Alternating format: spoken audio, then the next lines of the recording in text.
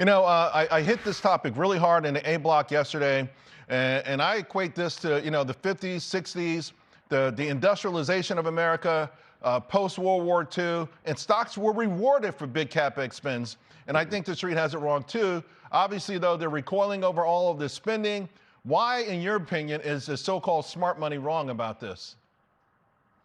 Charles, there's this saying that generals always fight the last war. And my impression is that most of these veteran portfolio managers, they look at the run-up to the dot-com crisis and the capex spend on the whole fiber build-out and find it very reminiscent of what we see right now. The big difference is that in the run-up to the dot-com, everyone bought into these companies Right, doing the capex, right, while now everyone's selling them. So right. there's a huge difference in the return profile vis-a-vis the earnings profile compared to the run up to 2000. Yeah, I mean, it's so crazy. Even last year, most bubbles in climactic, evaluations are through the roof. Everybody is buying. Sir Isaac Newton sold the Mississippi company, bought it back. You can't resist it. Now everybody hates it. It's almost the exact opposite of irrational exuberance. And so, with that in mind, though, people are saying, how do they get paid back? What's the return on investment, though, for these companies? And you say, no, it's already built in, isn't it?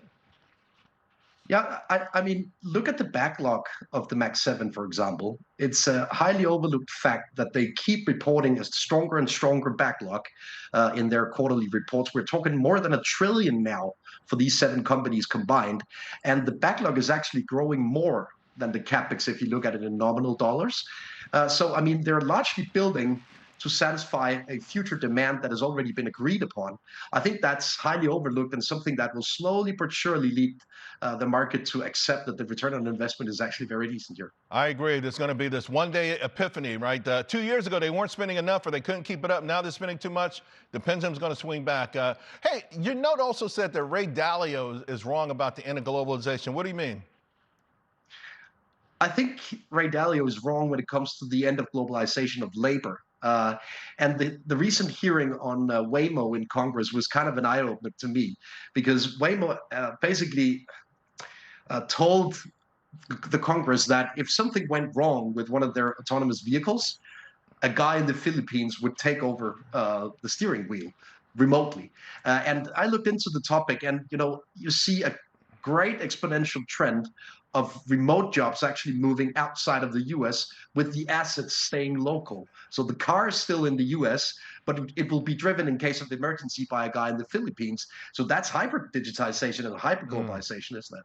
Well, I hope they can get someone in Tuscaloosa to do it. They got a lot of people who would like that job down there. Let's talk about signs of the manufacturing boom. I think it's here.